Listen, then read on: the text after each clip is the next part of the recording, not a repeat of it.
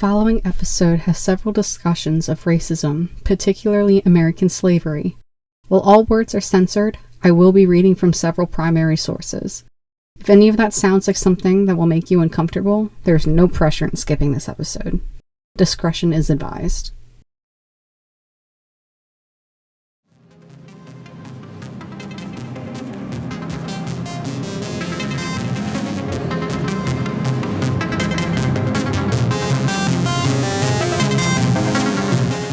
I'm Isaiah.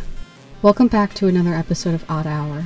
In keeping with paranormal entities, I come to you today with a ghost story from the 19th century. In a little town in Tennessee, a legend was born out of the story of one unassuming family. Though covered many times through the years on most paranormal hunting television shows, the full story of this Tennessee family has never been fully delved into in nearly a century. One book, published long after the hauntings in the 1850s, portrayed a version of the story that many seem to take at face value. As always, I seek to cover the full scope of all the little-known tales that I can find. Haunted by an invisible entity with an unusual attraction to the daughter of the household, the family underwent tremendous torment, including being stuck with pins and threatened with death at the hands of the phantom. It is a story rife with mystery, intrigue, and perhaps was all just the musings of a 15-year-old girl. Skeptics and believers alike cannot agree on all of the details of the hauntings, so starting at the beginning and learning who this family was is the best place to start. This is the story of the Bell Witch haunting.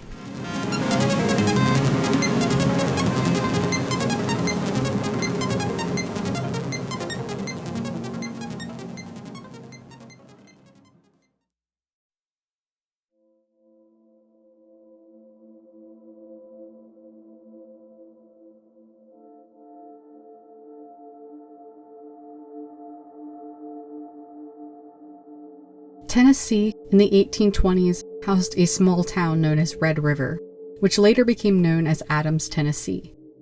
It resides in Robertson County, close to the Kentucky state line, and the current population of the town sits at 624 as of the most recent census.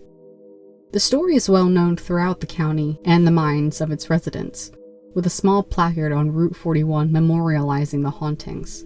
Quote, "To the north was the farm of John Bell, an early prominent settler from North Carolina.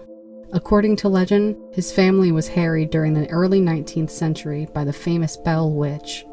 She kept the household in turmoil, assaulted Bell, and drove off Betsy Bell's suitor.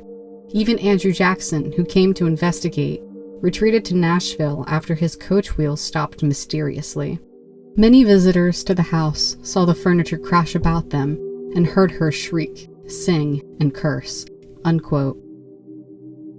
It would primarily be the father and daughter of the family, John and Betsy Bell, who would endure the majority of the ire of this entity, who became known as Kate.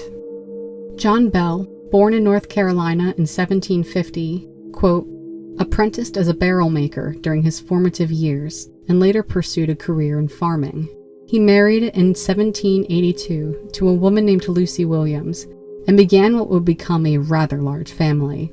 His first son, Jesse, was born in 1790, Benjamin in 1792, John Jr. in 1793, Drury in 1796, Esther in 1800, Zadok in 1803, Betsy in 1806, Richard in 1811, and Joel in 1813.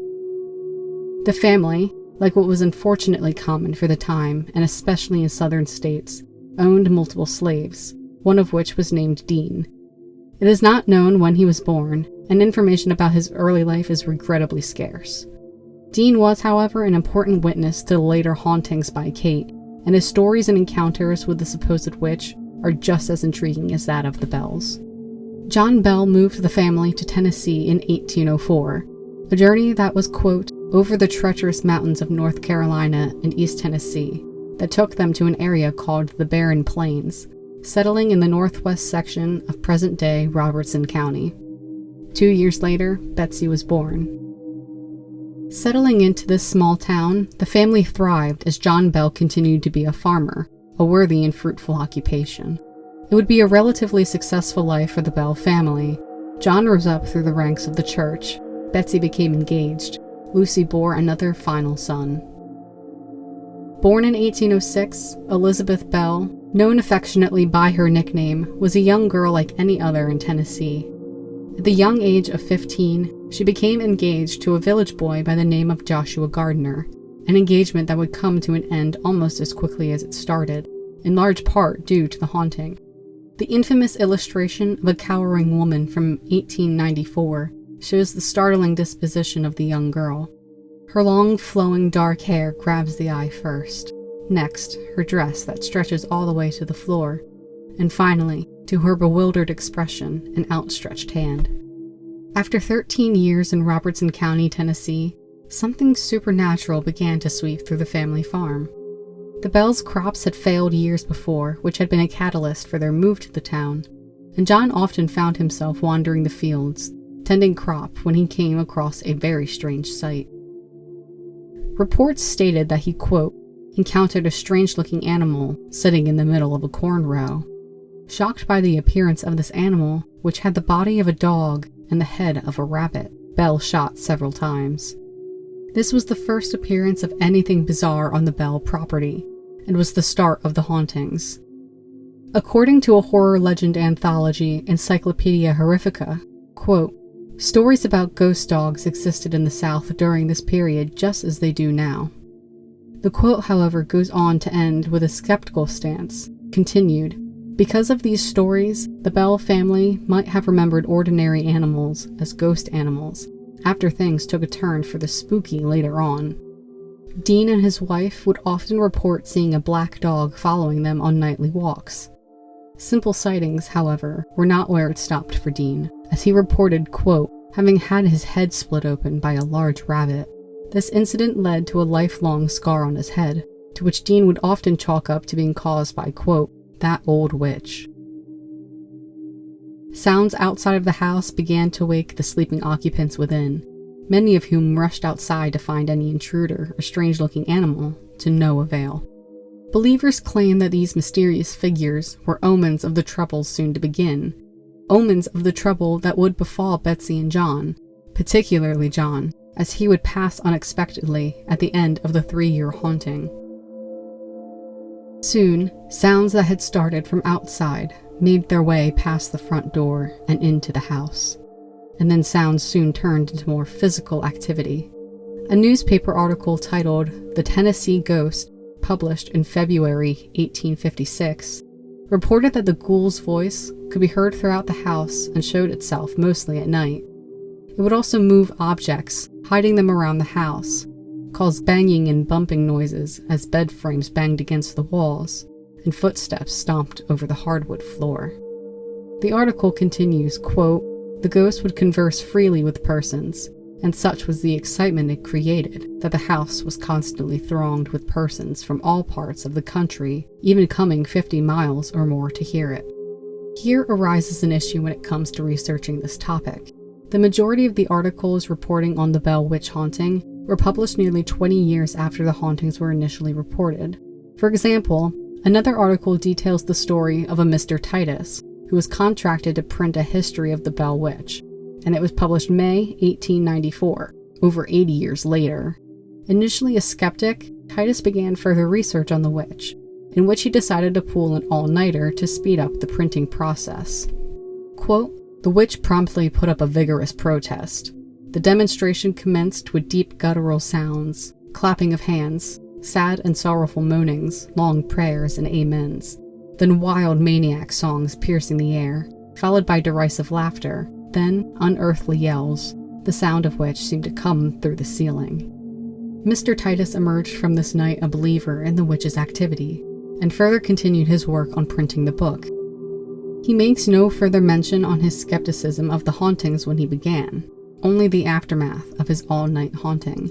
His emphasizing of the haunting, along with the claim that the article was initially delayed in being published, seems to show more so a need to print more articles rather than a real haunting.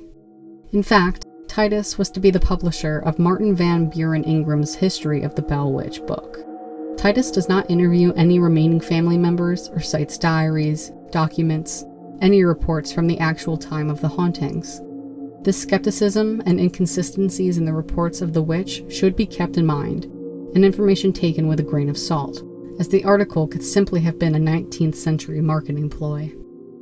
Digging further into the original haunting through biographies of Betsy and John, reports most often state that bumping sounds at night were extremely common.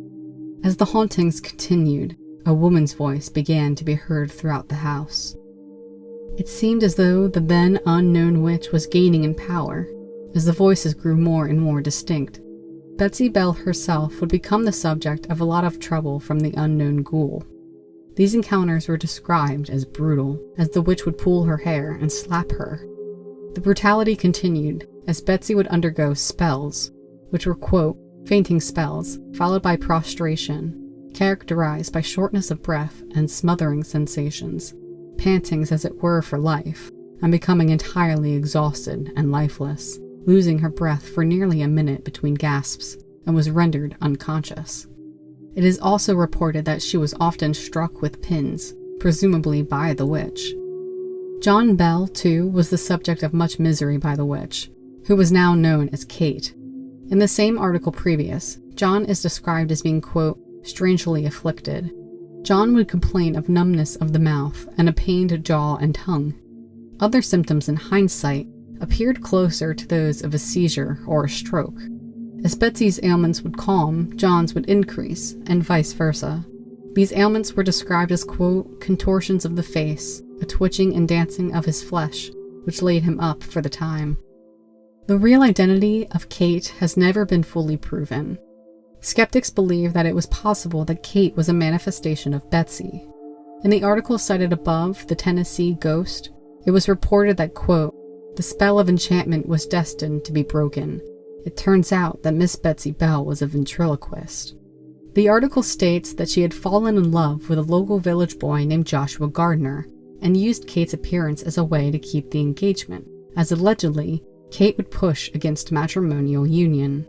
Quote, Kate never gave a reason for her relentless abuse of Elizabeth, but her emphatic disapproval of Betsy's engagement to Joshua Gardner was no secret. As a result, Betsy would break off the engagement in 1821, nearly 4 years after the hauntings began, and a year after the death of her father. It seemed her reasoning was that because the witch disliked John Bell so deeply, she may have killed him, and would do the same to Joshua. There were also other theories surrounding the whole engagement affair. When Kate was once asked when she would leave, she is said to have stated, when Betsy and Gardner are engaged.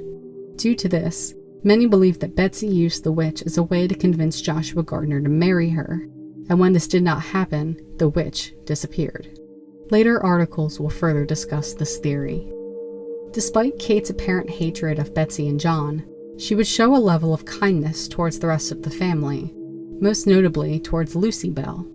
It is said that Kate, in one of her vocal appearances, stated, quote, Lucy is the most perfect woman to walk the earth. Towards John Bell Jr., too, she showed, quote, a measure of respect. In an unusual display of further affection, it is also reported that Kate would leave fresh fruit for Lucy as well. However, Kate's hatred was far greater than any level of affection she showed for the rest of the Bell family. While Betsy and John were the primary targets, the family's slaves received an intense amount of racial hatred. Dean in particular became one of Kate's targets, and was often the subject of racist outbursts from the spirit. The following quote is censored as it contains slurs and outdated terms, but Dean and the other enslaved people on the farm are often entirely left out of the story, and I believe that it should not be hidden. Quote, Kate manifested a strong aversion for, often remarking, I despite to smell it. The scent makes me sick. As a possible answer as to why the Bell slaves were not often directly affected by the spirit, quote, this no doubt accounts for the fact that were never molested in their cabins at night, but away from their quarters they encountered a sight of trouble. Short answer, the slaves on the Bell's farm were not allowed in the main house, and were, should we say, encouraged to keep away from where the family thought they did not belong. The fear remained high for them, however, as Dean would often tell stories of the pain caused to him by Kate. One story detailed a time in which Lucy, as an experiment to test whether Kate's omnipresent knowledge was in fact true, allowed for a young slave girl to hide under a bed in the main house. Kate manifested, speaking briefly before remarking that she knew there was a slave in the house and that she could smell her, and upon asking Lucy if she were the one responsible for bringing her into the house, stated that should any of the other Bells had done so, Kate would have killed both them and the slave girl. This story, too, was rife with racial slurs towards the young girl, showing the depths of hatred Kate, or perhaps Betsy, had for those she and her family enslaved. It is unknown why Kate had chosen the Bells specifically to torment, offering possible answers that were never substantiated. Many have hypothesized that she possibly was the dead wife of a man from a nearby county who was also named Kate. Kate herself once claimed that she had appeared, quote, due to the disturbance of a Native American burial mound, and sent Drew Bell and his friend Bennett Porter on an unproductive search for buried treasure. The haunting had progressively gained widespread attention, with many in the neighboring counties visiting the Bell property in the hopes to catch a glimpse of the activity. One man in particular became entwined in the legend, then General Andrew Jackson. 3 Bell sons, John Jr., Drew, and Jesse, had reportedly fought under General Jackson in the past, and so when Jackson heard of the hauntings, he wanted to see for himself whether the Bells were telling the truth and investigate for himself. Quote, as Jackson's entourage, consisting of several men, well-groomed horses, and a large wagon, approached the Bell property, the wagon jolted to a sudden stop. It had become stuck in a muddy creek bed, and the horses were unable to pull it. At least that was what the men thought. After several minutes of cursing and trying to coax the horses and pulling the wagon, Jackson proclaimed, by the eternal boy, that must be the Bell Witch. Continued, quote, Jackson and his men stayed at the Bell homestead to investigate. One of Jackson's men was physically attacked and beaten by an unseen force, and when Jackson himself finally gave up and fled the farm, he said, I'd rather fight the entire British army than to deal with the Bell Witch, unquote. This story was written in a book by Charles Bailey Bell, grandson of John Bell Jr., for his book entitled The Bell Witch, A Mysterious Spirit, written in 1934.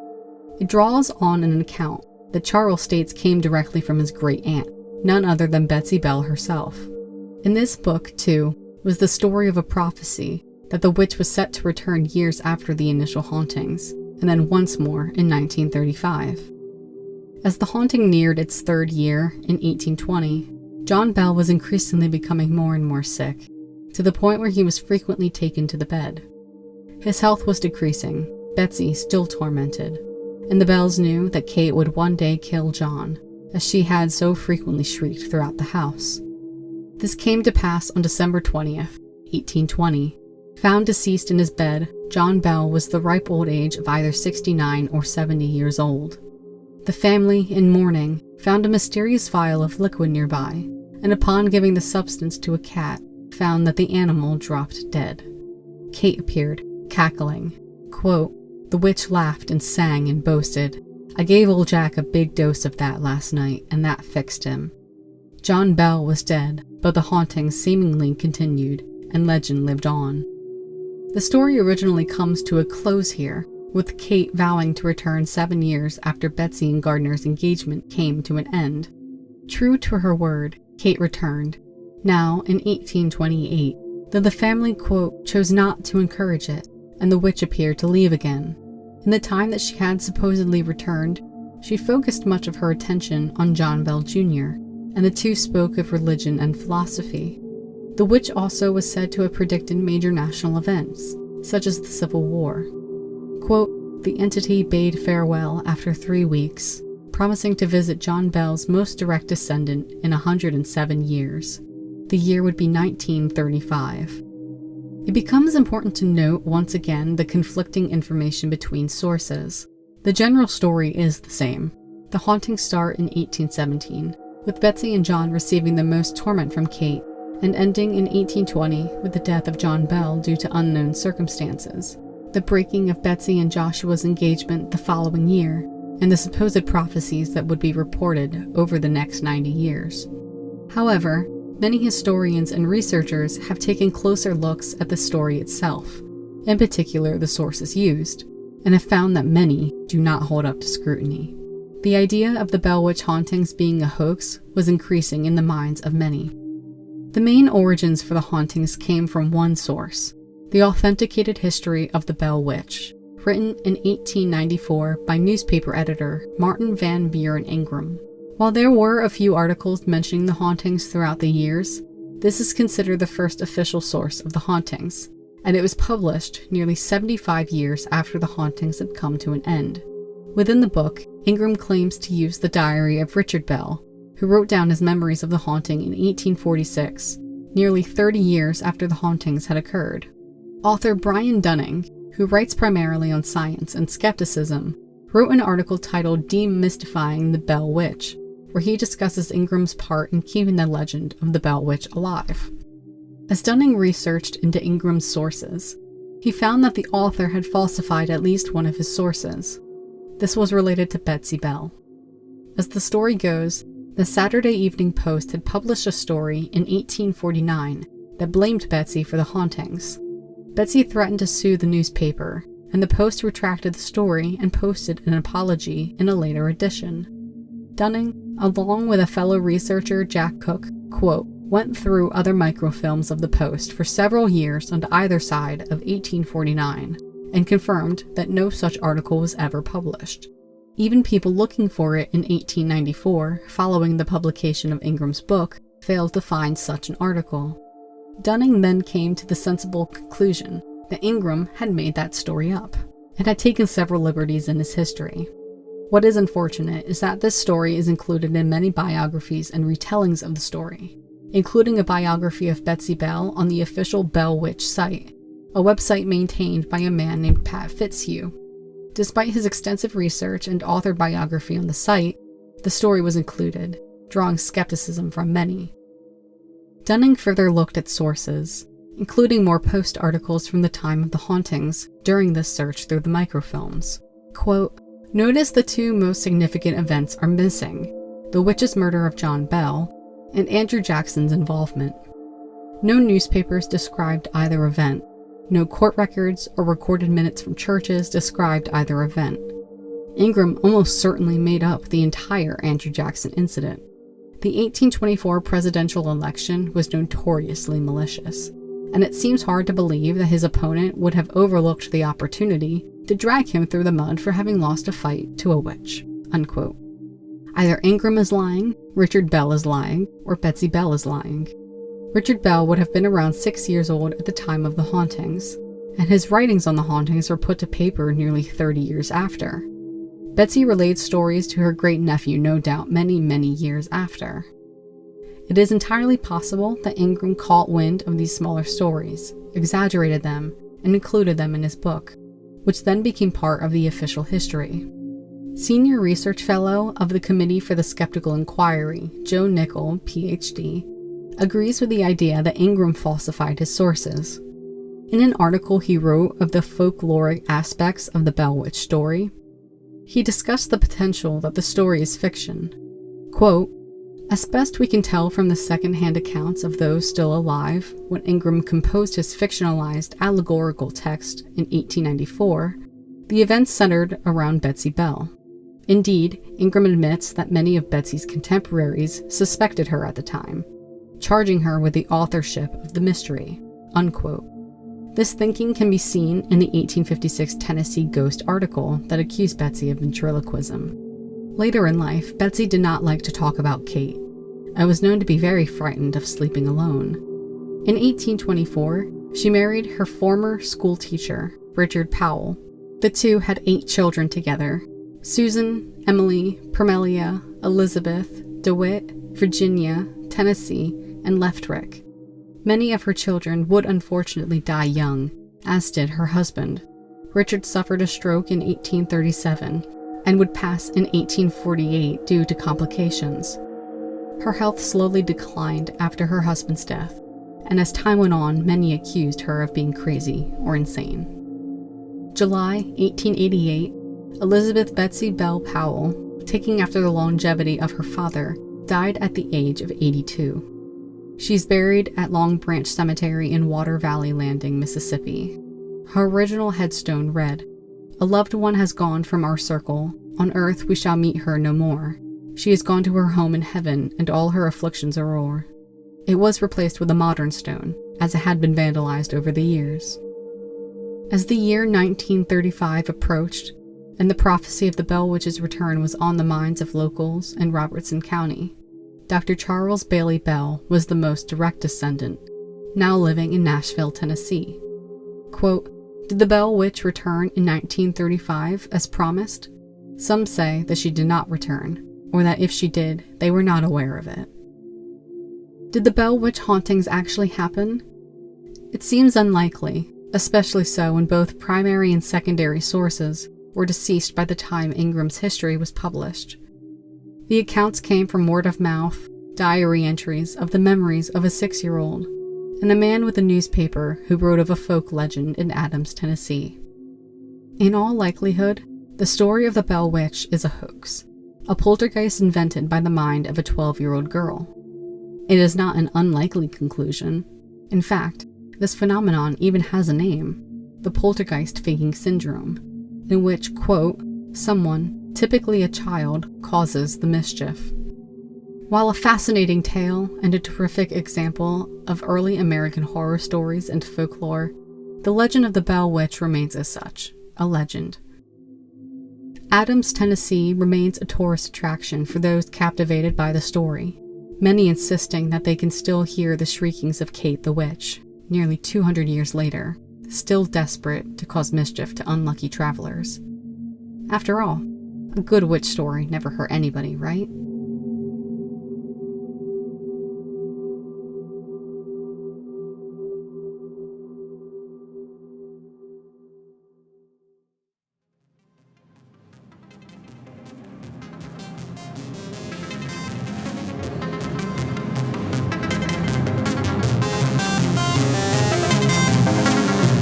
Thank you for joining me yet again for this episode of Odd Hour. As always, all references will be included in the description of this podcast, along with an episode transcript. If you know of any stories you want to hear an episode for, you can email me at oddhourpodcast@gmail.com. You can also follow me at Odd Hour Podcast on Instagram. Intro music for this episode is Phantom by Density and Time. I'm Isaiah. Stay weird, and join me again soon for more mysteries, weird stories, and all things little known.